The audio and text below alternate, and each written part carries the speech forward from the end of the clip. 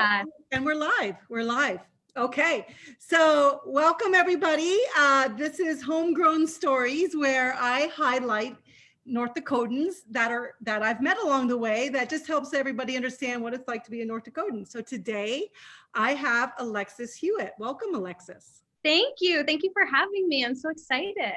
Okay, so now Alexis is joining us from New York City, but Alexis, why don't you tell us how you grew up, where you grew up? Sure. Yeah. So I will say, if you hear a rogue siren, like that's why, just to be forewarned. So yeah, like she said, I'm from North Dakota. I grew up in Fargo. I went to Fargo South High School, then Fargo Davies High School, and I had a really great upbringing in South Fargo and West Fargo, so a little bit of both. And I left when I was 18, and I went to New York to go to college. So, okay. Homegrown, yes. So tell me then about your family. So you grew up in Fargo. Is your family like longtime North Dakotans, or what's their like? So my mom, my father was from Rugby. So he's North Dakota grown. But my mom was born in Mahnomen, Minnesota.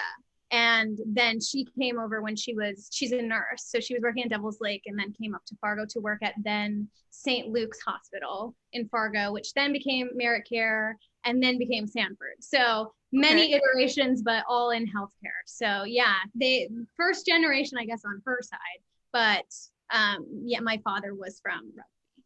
Yes. Okay. And is Hewitt, is that English? Is that his side is English, but I am extremely Norwegian. Okay. Very Norwegian American. My grandfather and grandmother have Norwegian heritage. My great grandfather was from Norway, and I believe his wife was as well. And then he came over, fought in World War I, and they set up a farm near Paynesville, Minnesota. So they're still there, but very Norwegian. Like, go to the Christmas service and first and third verses are in English, second and fourth are in Norwegian. Like really Scandinavian. And did you eat a lot of Norwegian food growing up? Yeah, I consider lefse a food group. So like I love Scandinavian food. I'm not a lutefisk person, but the desserts are really where it's at. Krumkake, lefse, that's where you get me. Okay, so tell people what lefse is. Okay, so lefse is, I've had so many times to try to like explain it to people, and the closest I can get is like it's a potato pancake, like almost a crepe or for lack of better description, a quesadilla. It's like a flat potato pancake that you put in. I like to put in butter, sugar, or brown sugar, or both if you're me, and cinnamon. And then you roll it up, and you can cut it or you can just eat it as is. But it's like a cinnamon, sugar, little, like, quesadilla, I guess, is how I would describe it. It's sweet and it's delicious. And it's truly, we're blessed by the Norwegian gods by that. I have a t-shirt that says, "Show me the lefse," and I wear it frequently. And you guys eat that all year round, right? It's not like a Christmas time, right? I do kind of have to beg my grandma to make it. But even when I was just in North Dakota, obviously for all of quarantine, and I definitely made it like in the middle of March. So it's not just for Christmas. I'm pretty sure I beg every time that I'm around my grandparents. I'm like, I need lefse. Like, okay. That's great. That's great. Okay, so now you are in New York City and you are an actor. Yes. Right. Yeah. So that's really, that sounds so fancy. Like New York City actor. So tell us like a little bit about growing up in Fargo and what shaped your life to put you on that path. So, for sure. I mean, that's kind of a big question, but just kind of tell us what it's like growing up in Fargo, which is the big city in North Dakota. Oh yeah. I always say that. I'm like, you guys, normally when I meet people here, they're like, where are you from? And I kind of have to preface it with like, this is going to be a big conversation, but I'm from North Dakota. I'm from a city, like, yes. But yes, I grew up in Fargo, and I kind of feel like I really did grow up within the arts community in Fargo. It's massive, and there's so many opportunities for kids there. I started doing theater probably when I was maybe in the age range of 6 to 8. They have programs with like the Trollwood Performing Arts School called Art Spark that I started in when I was that young. I got my first lead ever in that program. What was it? What was your first lead? It was like, I don't even know that it's a real show, but it was called Woofie's Big Day Out. It was about a dog who like left their owner, and I played her owner. I don't remember what her name was, like Muffy or something like that. And she was like this stuck up brat, and I was like, typecast, but it's okay.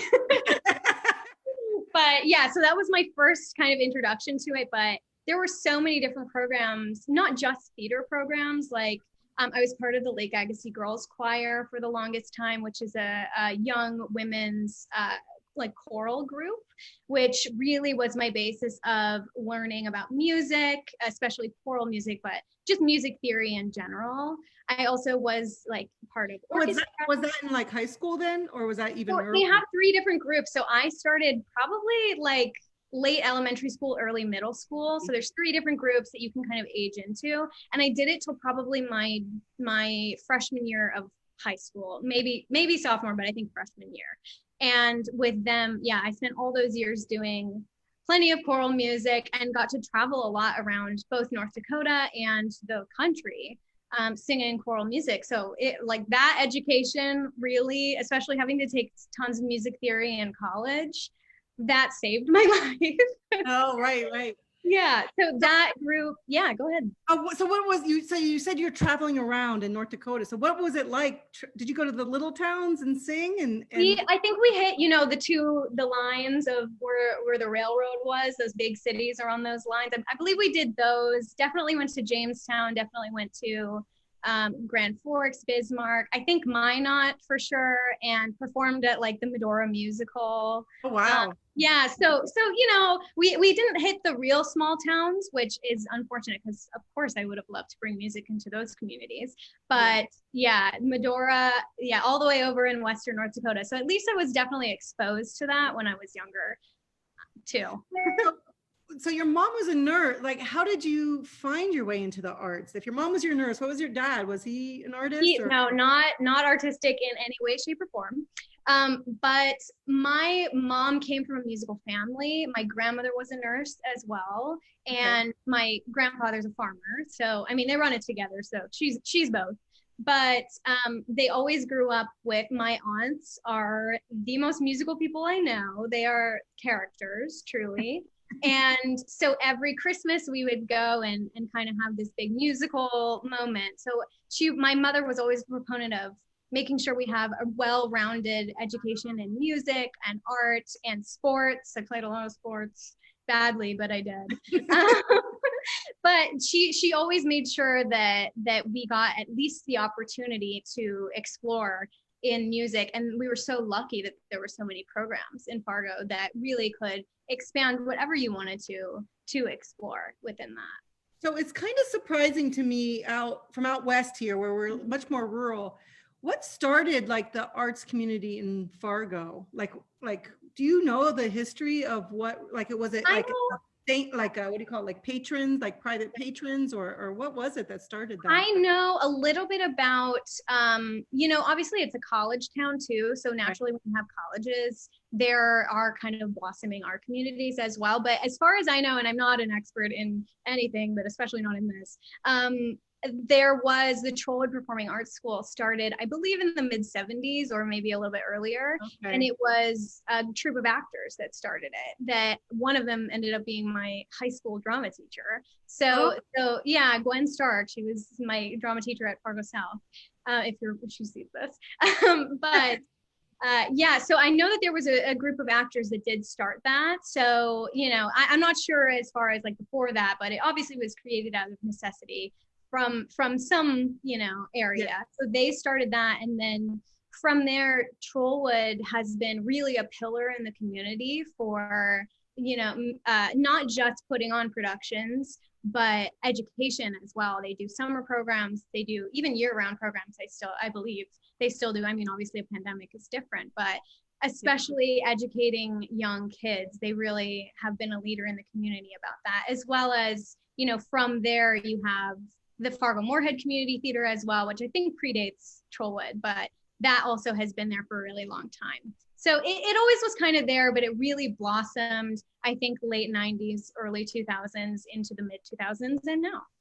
Okay. Mm-hmm. So yeah, I was going to ask how it affected your community. It sounds like, just kind of a generational mentoring of the young people coming up, and as the older people are getting out. So did you find it easy to find artistic friends? Oh, yes. I mean, I would say that my real community started at the community theater.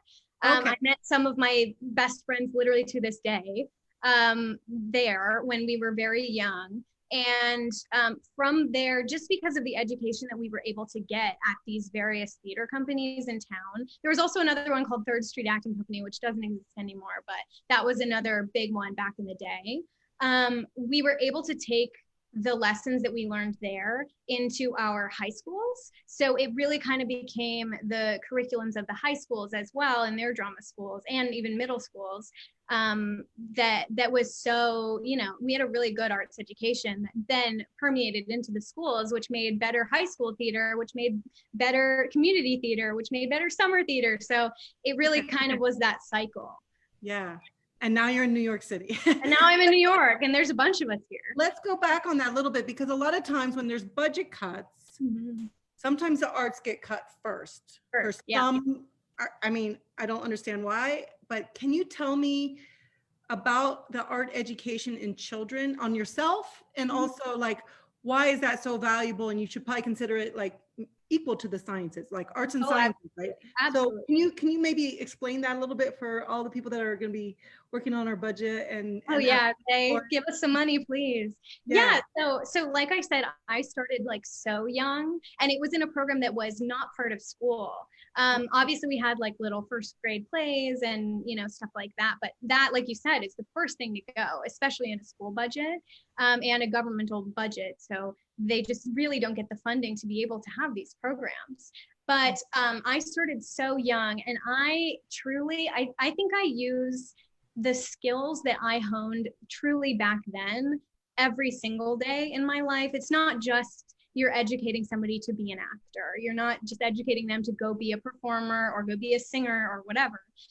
You're really educating them to be a creative and thoughtful citizen. You can teach anybody to be creative in whatever they do, and it makes for a healthier community when you have that arts education. So that's why I'm such an advocate to not cut those budgets, because you're not only, depriving your community of those performances that get people talking, depending on the subject matter of whatever the performance is, but you're really depriving them of having a more colorful and diverse and creative community when you don't have that funding. Okay. And do you find that some kids are more drawn to that? Like maybe that have is it usually, I always felt like they were either super shy or super like exuberant, nothing in the middle. Like, do you think that helps with some of, how we have a lot of isolation sometimes and, some mental health, like, do you think that really helps? Oh, for sure. I mean, I was just thinking about this earlier, that in a time like we're in right now, what is the first thing that people turn to not feel so alone? Netflix, Hulu, TV, you're consuming the art that people, they're not just like out there making it for nobody, they're making it for you. And it really does make a difference on your mental health. It helps you feel less alone. It helps you feel seen. It helps people connect in different communities that, maybe you're seeing a story that you now have the name and face that you can say, I know something about this because I watched this, or I learned something because I wouldn't have been exposed to that before. So I forgot where I was going with that. But with mental health. So it sounds like that's a good point. It's not just helping the child express themselves, but it also everyone. It really, But I think especially in children, it's your first real taste of getting to put on that clothes and have your imagination and your play really be rewarded and incentivized and encouraged, so that you are able to be more outgoing, become more of a leader, grow your vocabulary by using somebody else's words, be able to sing and to use your voice And, for me, in my case, I was really exposed to social justice and to politics through theater as well, from some of the social justice theater that I was doing when I was in my high school and college years. So it really does help develop a lot of interpersonal skills that, you'll be using for the rest of your life. It's not just as me as a professional actor, anybody, I think you can say, using it for public speaking, all of it. You're really gaining skills for life, not just for being a performer or an entertainer. Yeah, that's a good point. Mm-hmm. Okay, so you're from North Dakota. Yes. And you're raised here, you have all those North Dakota values. Yes. What was that like when you moved to New York City? Even though you're from the big city of Fargo. Yes. What was your initial culture shock? Yeah. It was definitely culture shock. The first few years that I was here. I moved here in 2013. I graduated high school 2013, and then that fall, I immediately went to NYU. And, I think I'm so fortunate that I was living in the dorms my very first year, and I had there's four of us in one room, and we were all from extremely different nationalities, different ethnic backgrounds, different religions, different countries even. So I was really kind of thrown into this is life, and people are different. And what a good education to get, like I said, those personal stories of knowing somebody who's different from you, because that's how you break down prejudice. That's how you, really are able to grow.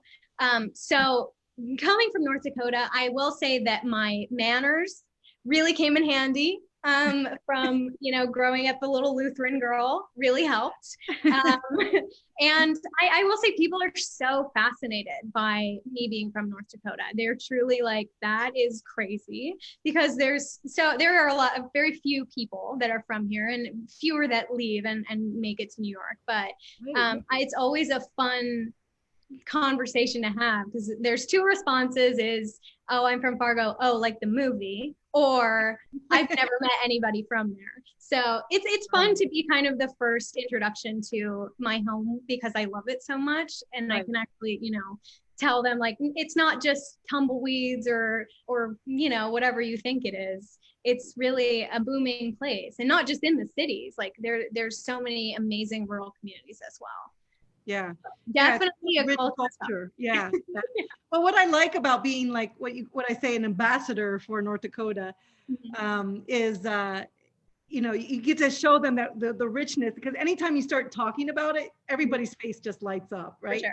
Nobody's like, oh yeah, North Dakotan, or like sometimes we talk about other people from different states.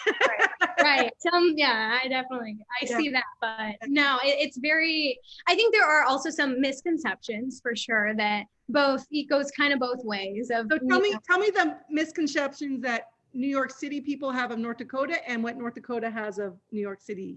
Yeah, I think, I will say of NYC, they just kind of don't realize that it's there. They're kind of like in their own world. There's so many people in the city that are all wrapped up in their own stories that they're kind of like, that's real, that exists. And I'm like, yes, and it's great. But a lot of, they only think of like farms, and they don't think that we have technology, driving horse and buggies or whatever, electricity and everything. And I'm like, I promise we're not like, it's not 1887, we're like in the new age, so we're fine. But yeah, I think it's just they don't necessarily give it the credit that it is due, because it's not, there's obviously not a lot of people from there. It's not like a state like California or, New York, where you have a lot of people, as you say, being ambassadors for that state. So when you do meet somebody from North Dakota, I really am like, nope, it's good. I'll tell you. But on the flip side, I think going to New York from North Dakota, there are a lot of misconceptions too about, it's like a dangerous place to live, or it's fast paced or too crazy and very stressful, which I will say, yes, it's very fast paced and very stressful, and very expensive, especially when you see your rent statement. That's not fun. But overall, I think the city is it exists out of the confines that people kind of think it does, of, you know, it's only Times Square and it's only the Empire State Building, or it's only the big tourist attractions. There's so many stories here that every single day you meet somebody with a new life story. And I was fortunate, obviously I'm an actor, so I have had many different side jobs. And one of my favorites was I managed a restaurant for a time, and learning stories about people that, you know, had various documentation statuses, various different life stories. It was really exciting and enlightening and eye-opening that, you know, everywhere you go, again, like these stories that you are inundated with, you are learning something so new and so different, and you have so much empathy for other people because you're just exposed to what it really takes to come to America or thrive in a city like that. Right. Or, you know, all their different dreams. There's so many. I love that about New York, that everybody's here to do something that they love, be it, you know, being a dancer, being a photographer, you know, being in finance or what have you. It's everybody has a different dream, and it's really comforting to feel like you're in a city full of dreamers, really. Oh, right. Nice. That's really nice. That's a nice way to put it. And tell me, like, when I visited New York, what I thought, it kind of reminded me a little bit of small towns because each little neighborhood had its own grocery store. Is that true? Will you go to the same grocery store all the time? And do you know the grocer? Oh, yeah. Oh, I don't know my grocery store because I kind of split my time between Trader Joe's and our like local grocery store because gentrification. But I do know my local bodega guy and my local laundry guy. They say hi to me on the street every day, even in my mask. So that feels good. And like when I don't have makeup on, so somebody knows me. Okay. But yeah, it really does. I live on the Upper West Side in Manhattan. So definitely each neighborhood has a different feel. But so far, I moved here last year, right? Yeah, but I don't know. 2020 is like 10 years. I know. So we moved here in 2019. Yeah. And it's been such a pleasure to be in this neighborhood, and every neighborhood really has their like defining characteristics of who really lives here. So there's a lot of babies and dogs in our neighborhood. It's an older neighborhood too. So yeah, every neighborhood has its own character and charm, and that's like the fun of New York City. And you're living in different ethnic group areas as well, so the food is different. That's Right. something I love about New York, that there's so much different food all the time, and it's all amazing. But yeah, so being exposed to different cultures that you wouldn't necessarily be exposed to just by living in close proximity to them as well. It's cool. It's a very cool thing. Okay, so you are, what kind of film and theater? You said you were wearing a mask or something. So what kind of film or theater do you do? Like, do you wear a mask all the time? Or Oh, well, I wear a mask all the time because of COVID. Oh, yeah. I forgot. You have it in New York. Yeah, you know, a pandemic, and we wear masks all day, every day. Like, I truly can't leave my house without a mask. I was just thinking you have an actress and then you're wearing like, you know, like a. Yeah. Oh, I always mix up like face masks, like a moisturizing mask. I'm like, oh, somebody was telling me they got to go buy a new face mask. I'm like, oh, which one are you going to get? Like a clay one? No, it's like fully just for COVID. So, wear a mask, everybody. And if I can encourage anyone to do anything, please wear a mask, because New York really got everything under control, and it feels so safe here. Really? Yeah. Oh, very much so in comparison to.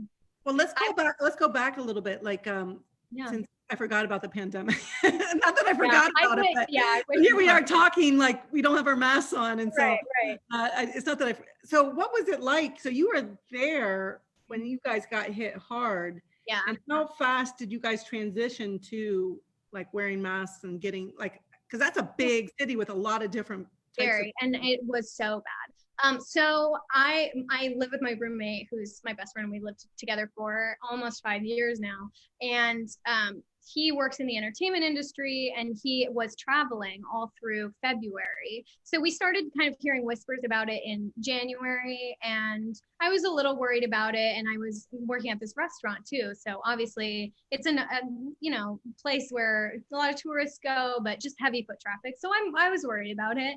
But then really kind of late into February and early March, it got really scary really quickly. Of lots of people. First, it was one case, and then it was like hundreds, and then just everything shut down right away. So we actually ended up leaving to go to a family friend's house in New Jersey. That they were so kind to let us stay there for a little bit. And then I ended up coming back to Fargo in middle of March. So I left pretty early in the pandemic, but definitely those first few weeks of it where it got really scary were very tense, very scary. And we found out not until July that we had already had COVID. So we had COVID you did? On. Yep, my roommate and I did. So we had it. We only found out because we had the antibodies. So we were relatively asymptomatic. I think we got like very mild symptoms, like, maybe a small fever, maybe a cough and shortness of breath, but nothing like, the really scary COVID symptoms that a lot of people do get. We were extremely lucky. So then they really cracked down hard on nobody can really go anywhere and you got to wear a mask. And people were very willing to do it, I will say. They? Yeah. I mean, I wasn't here at that point, but I hear stories of my friends that were here about, you're hearing ambulances like round the clock.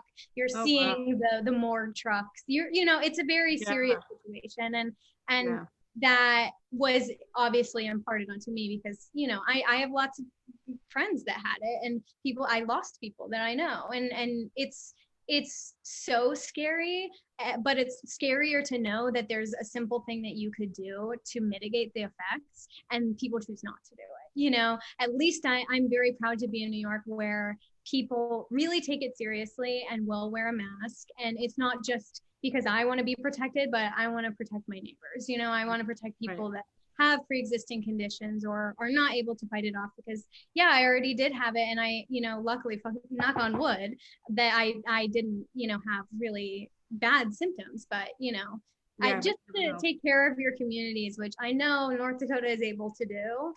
We just need to really be on the same page, from somebody who is seeing some bad stuff, like let's just not. But that's really good to hear, just because we always think of New York as kind of aggressive, and kind of impersonal, but compared to like what it's like to grow up in our towns, which is very like, your pharmacist, your banker, everybody. Yeah. So I think if you guys can do it, we can do it.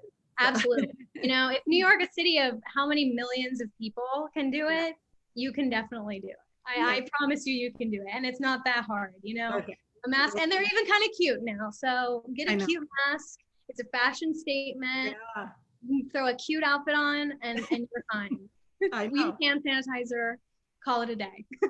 Exactly. Okay, well, that's good to know. That's a good perspective.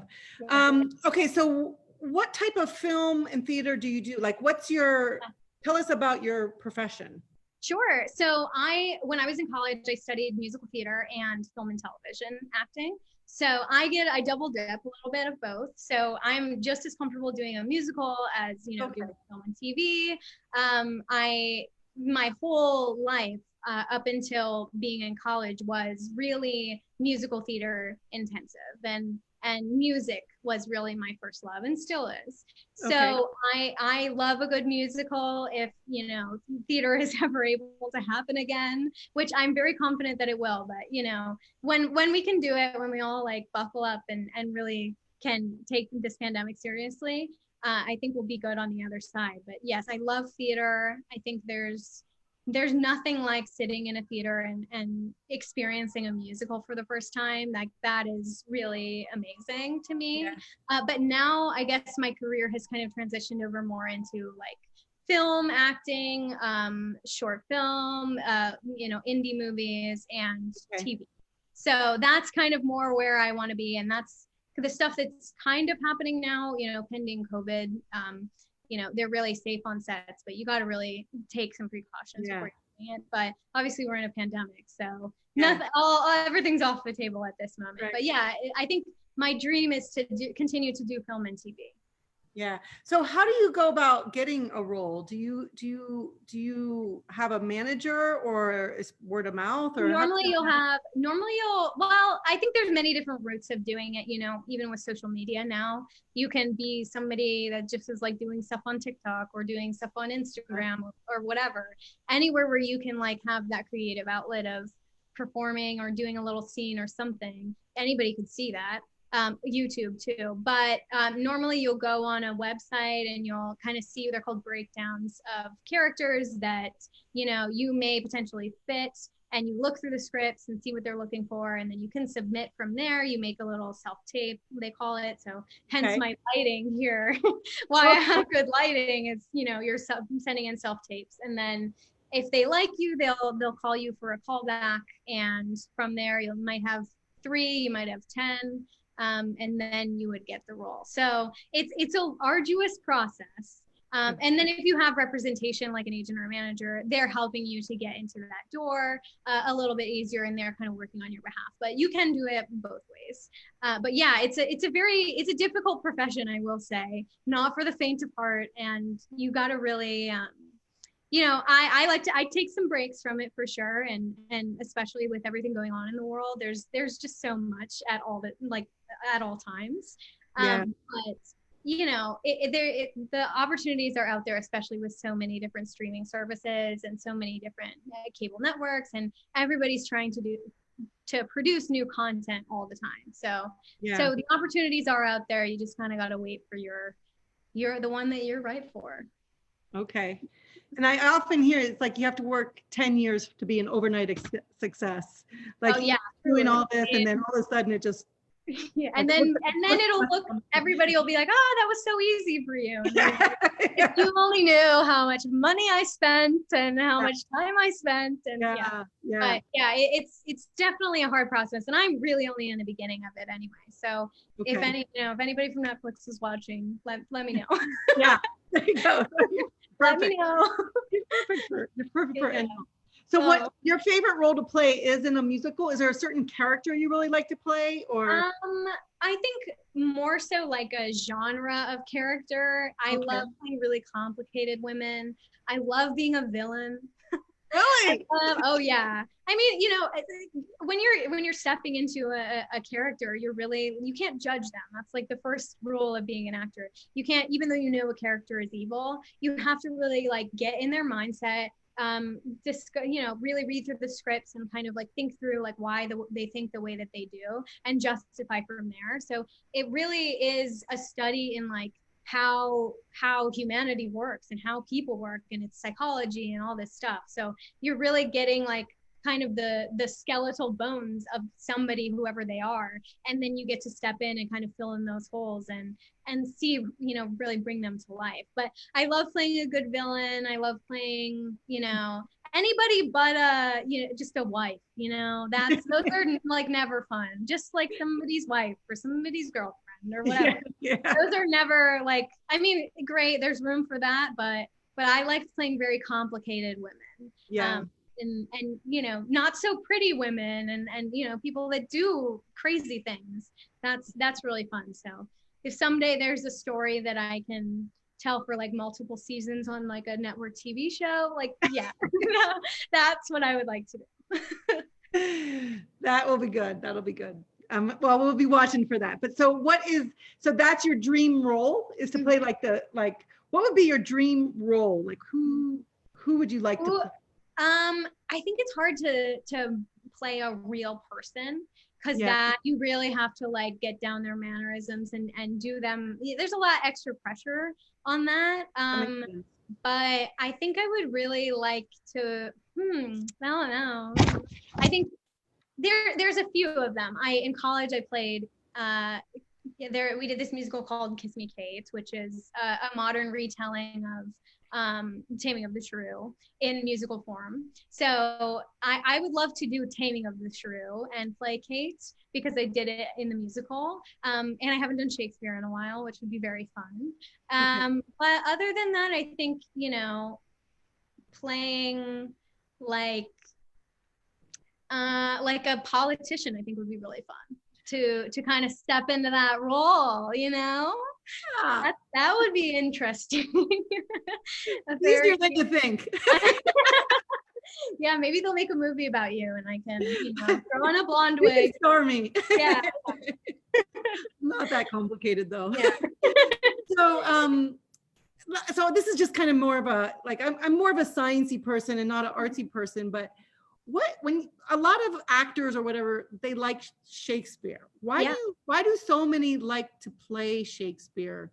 I mean, to me, it's like complicated words and so why? What? Because it's hard, or yeah, I mean, it's extremely, well, I won't say it's extremely difficult, because once you kind of have the concepts down, you really do have to learn to speak it's written in iambic pentameter, so you have to really learn how to speak, how it's written, and it's really kind of written as a roadmap for you. So once you really learn those skills of how to read it, then you can kind of go from there. But the way that William Shakespeare, or the conspiracy is that he didn't write all of it, but the way that he wrote characters, especially women, is so three-dimensional.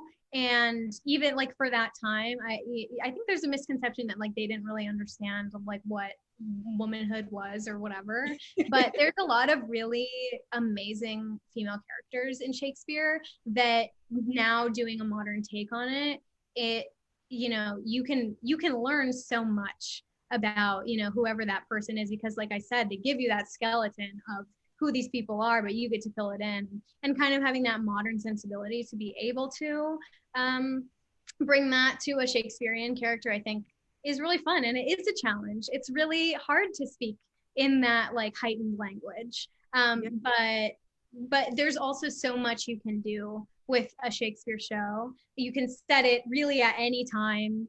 You can make social commentary on anything. If you're setting them, you could set it in really any time period, and a lot of them could really make sense. So I like it about that too. That's really neat. That's neat. So why do you sorry, this is kind of going back, and this is going to show my ignorance, but like, didn't some people think Shakespeare was a woman?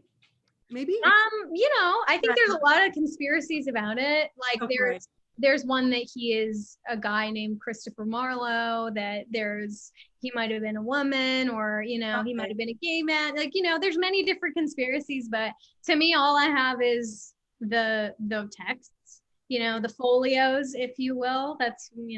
That's all you really have. And I think whoever wrote it was very brilliant. And I can't make any comments on who it actually was or not. I wasn't there in the 1450s. Right, so right. I can't say either way, but yes, but there are conspiracies out there that it could have been many people. Right.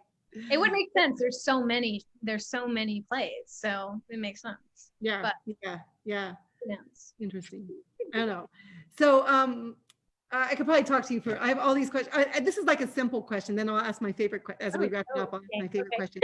So I grew up calling women actresses, but you guys call yourselves all actors now. Yeah. Do you want to explain that a little bit? Like why, like, is it insulting to call you an actress? Or? No, I don't think it's insulting. I think it's just, I think of it as, doctors don't call themselves doctor and doctoress. Teachers don't call themselves teacher and teacheress. There's so many, it's just so outdated to gender a job that can really go to anybody of any gender identity or expression or whoever you are.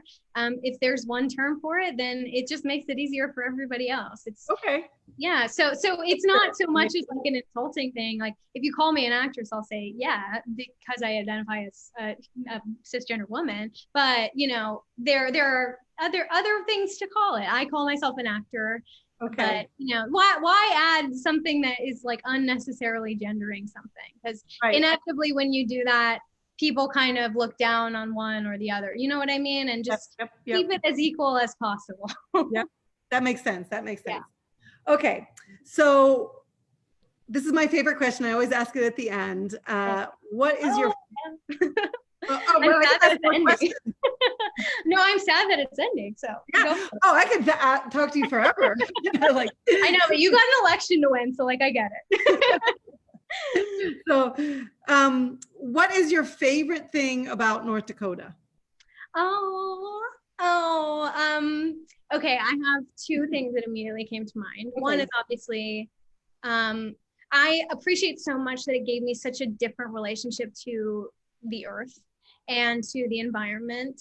And, coming from farmers and, my uncle's a soybean farmer. My grandparents have corn, have beef, lots of different things.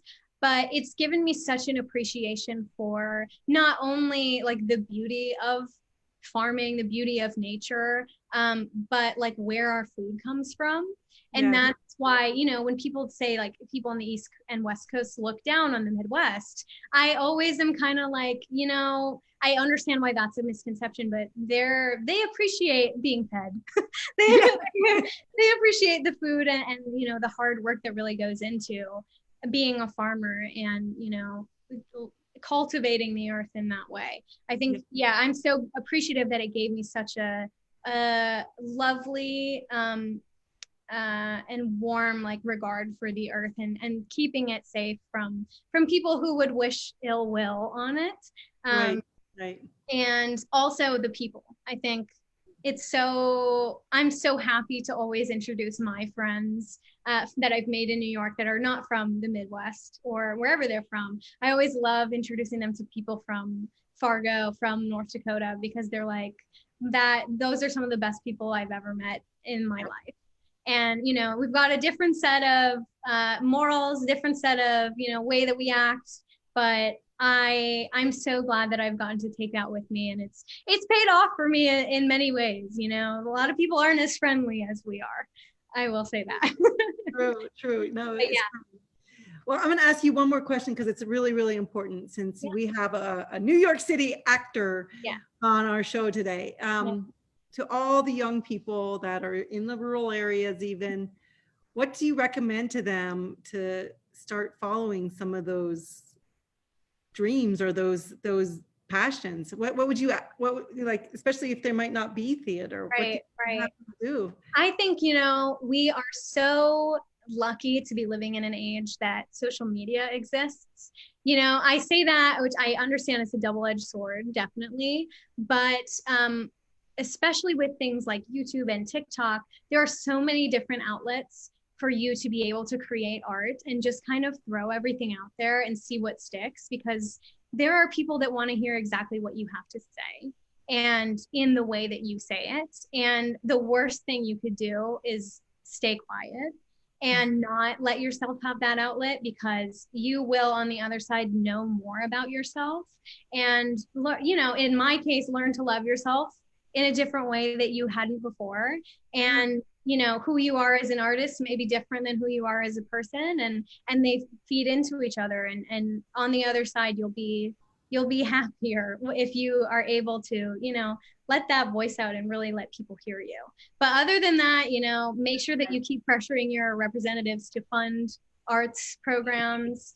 To there's a lot of kids. I'm so privileged to have every opportunity in the world to be in some of these programs that, had I been in a different financial situation, it really wouldn't have been possible for me. So further pressuring your representatives to provide funding goes into scholarships for people that wouldn't necessarily be able to participate, especially kids in communities that, Black, Indigenous, people of color, they're not able to access, or, making sure that we're pressuring them to keep those of us who are in the arts community, a lot of them part of the LGBTQ plus community, keep them protected and represented in your state legislature, and, maybe codify it into the state constitution as well. So making sure that everybody has an equal opportunity to participate in these programs is really of the utmost importance as well. On the other side of the pandemic, I understand, but in the meantime, there's so much media out there for you to consume and to practice on your own in your bedroom. How many times I've literally sat in my room just talking to a mirror just to see where my facial expressions are. Oh my gosh. And my brother would walk in and he'd be like, "You're crazy." But, there are so many ways that you don't need to go to a fancy theater school. You don't need to, even have a production of a community theater going on right now in this moment to be able to show somebody what you can do. We're so lucky that we do have that outlet of social media. So put it all out there within reason, you know. Yeah. Nothing crazy, but people want to hear what you have to say. They really do. Yeah. Oh, that's really beautiful advice. Real advice. You know, thank you. I'm trying to impart my wisdom as much as I can. Well, it's there, you know, there's like, we have somebody running right now. She's a rancher and she's running for, I think it's Senate. And she is an opera singer. And she just said that opera, and she's from a little town, and she said her opera teacher was everything to her. Yeah. Oh my Just God. changed her whole life. Oh, the teachers that I had. Rancher, Wow. right? Yeah. The teachers that I had, like, there is no way that I would be where I am if I didn't have the teachers that I had. I was so blessed to have so many, especially female mentors in both music and drama. Like my high school drama teacher changed my life. And, you know, I want other kids to have that opportunity. I'm sure she's changed many more, but particularly mine. Rebecca, sorry, I love you so much. But yeah, the teachers, you know, and that's why we got to keep teachers happy too, and keep them safe and protected. Right. So yeah, I could go on many different tangents. We're going to keep coming back, and we're going to make sure that we have arts everywhere here in North Dakota, even in the far reaches of the town of 100 people or whatever. So they need it. They need it most. Yep, for sure. Well, Alexis, thank you. And tell New York we say hello, and I will. Always welcome after things clear up. For sure. Yes. Best of luck to you in this final stretch. Everybody vote for Dr. Shelley Lenz. Yeah. And everyone get your flu shot. There you go. Yeah. So, and wear masks. That's all. Thank you so much for having me. What a wonderful conversation. Yeah, thank you. Thank you.